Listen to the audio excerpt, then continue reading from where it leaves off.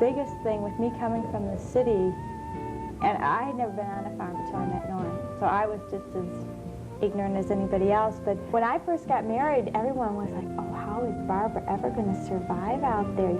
Heavens, you know, it's not like that, and we don't have overalls and straw hats and chickens running all around. I mean, there are farms like that, but a real goal that agriculture is going to have in the future is educating non-farm people, because farming is almost a science anymore, and it's major business, and it's a lot of capital involved, and I think that's going to have to become a major goal for Farm Bureau and farmers.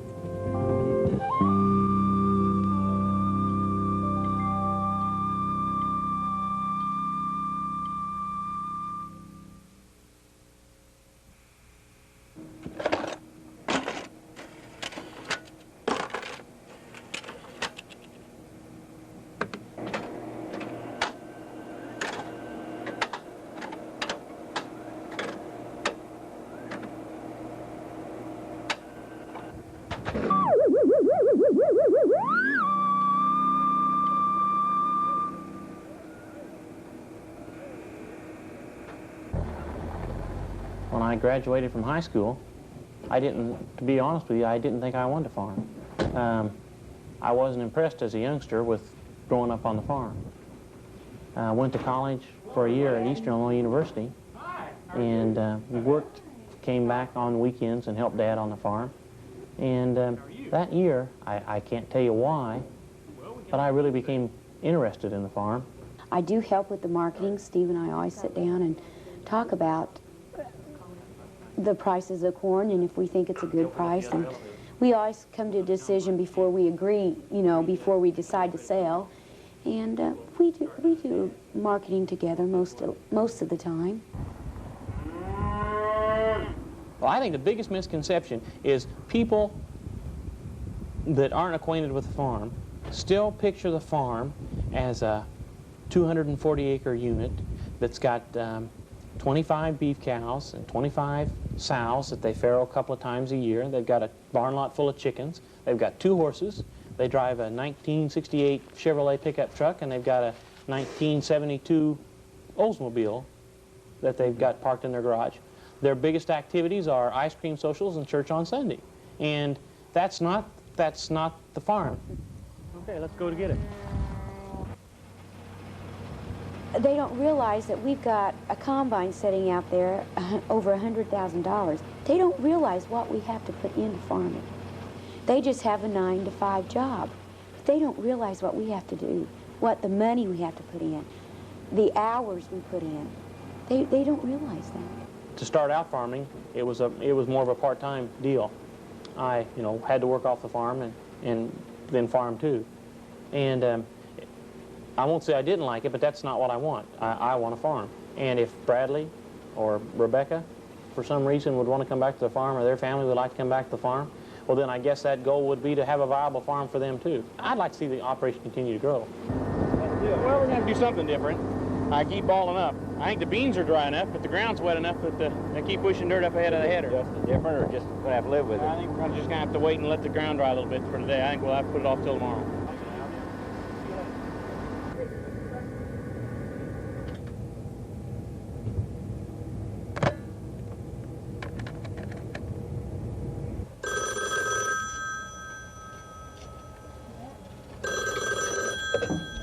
Television department, Jeff.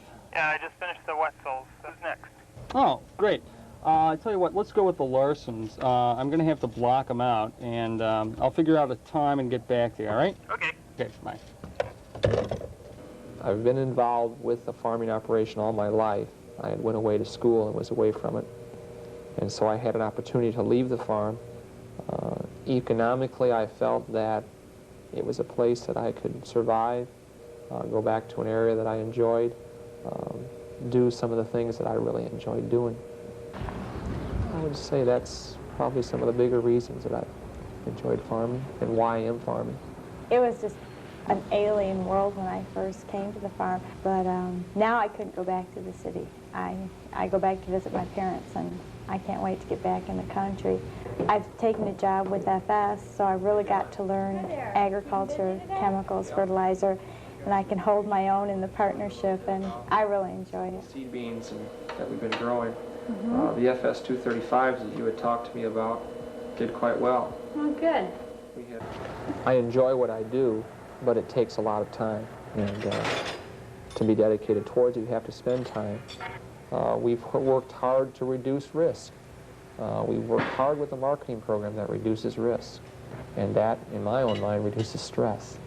We work hard to hedge good profitable levels that will thus not tie us to the fluctuation of price movement and thus cause a lot of stress. I didn't expect some of the rough times, but I think we're stronger because of the rough times we've gone through the last couple of years. And it's nice to know that we're looking up and seeing the light, not down this dark tunnel anymore. But I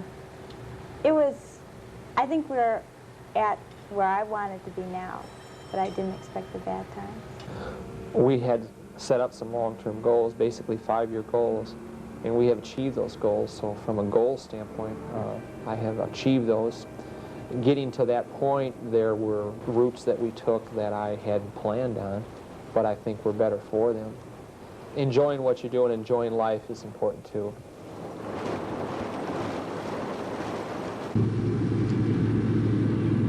We're probably getting close to 250 face court a year. Ready?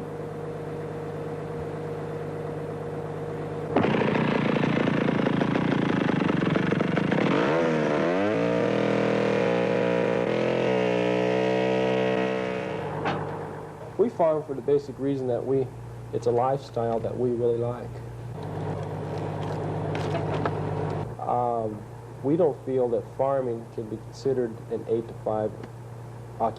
5 job, and we do not look at it in that aspect.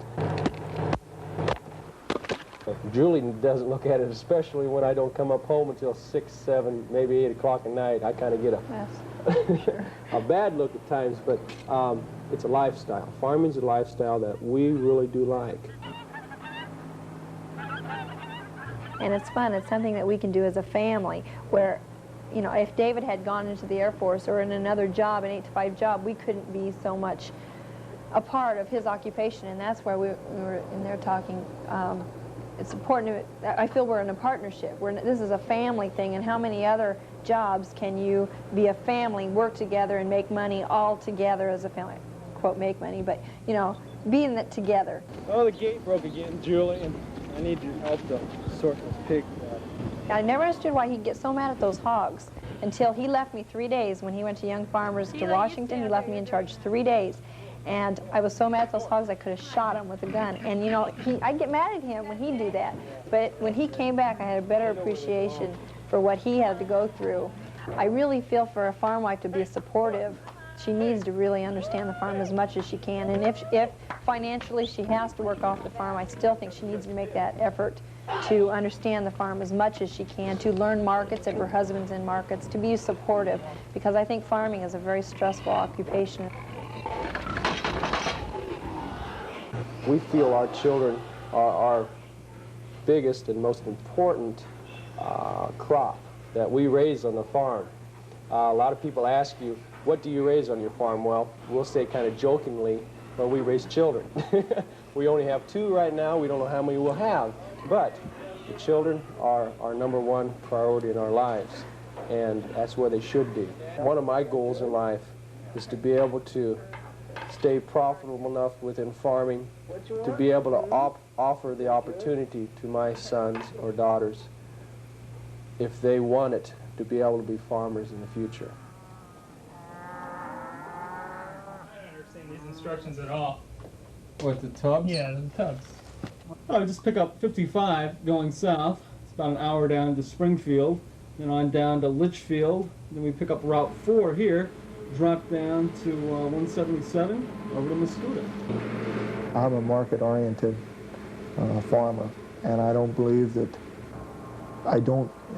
as I mentioned before, I don't think government's going to be able to help farmers out in the future, and I question whether they should help farmers out in the future. On the other hand, if they're not going to help farmers out in the future, then they have no business monkeying or messing with our marketing either.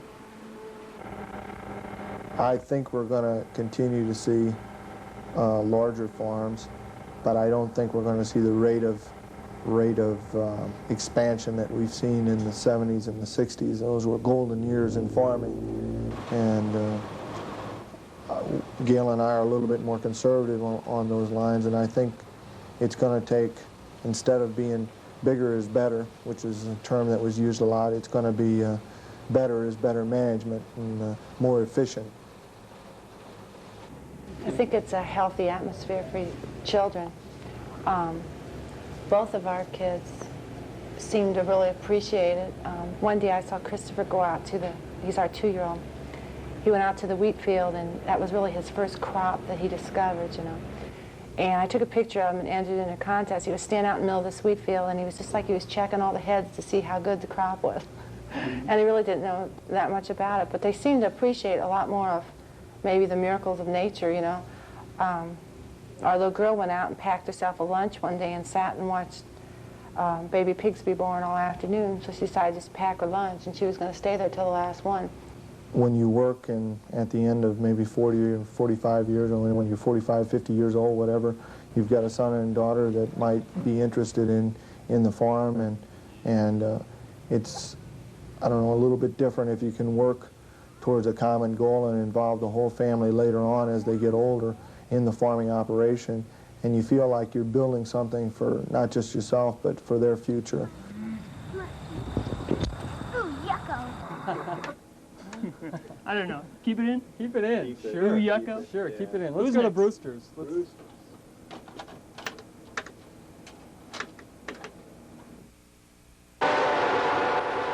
Well, I farm because it's something I always wanted to do. At first, I didn't think I was going to get to. I went to college and I took agribusiness, and then I started with agribusiness, and my neighbor decided he wanted to quit and retire. So the first year I rented his ground, and that following year he sold it to me, and that's how I got started farming. There were 6 of us kids, and I don't know, we all had our part of chores that we had to do, you know, growing up. And I don't know, I just enjoy the country and everything, living in the country. I like to rotate my crops to back to clover, and because I farm some erodible soil, and by putting the ground to clover, you let it rest a year, plus you build the ground up. You no-tilling it the next year real easy. Then the cattle, they're there to eat. I think there's more mental stress in being a farmer than any other job, because you got so many factors to contend with. It's long hours. It is a lot of hard work. And, you know, I mean, I enjoy it because I get to be with him and I know what, you know, is happening on the farm, where if I worked outside of the farm, I wouldn't know what was going on. It's a feeling of satisfaction that I don't know if I could get at another job, watching stuff grow. And I was just telling her on the way up here how pretty I love to see a waterway mowed out with crops on each side of it. You know, just, I guess the simple things in life appeal to me. My little boy, I think, he would love to farm. He likes to go with his dad a lot. He likes to ride with me in tractor and combine and everything, you know, and he likes to be around me. And my mom and dad didn't necessarily want me to farm exactly, but that's, you know, but after I got started farming, I think they liked it then, but they were a little skeptical at first because, you know, it started, you know, farming hasn't been the best in the last 2 or 3 years, you know. But I think if he wants to farm, I'm going to try to see that the opportunity's there for him to farm.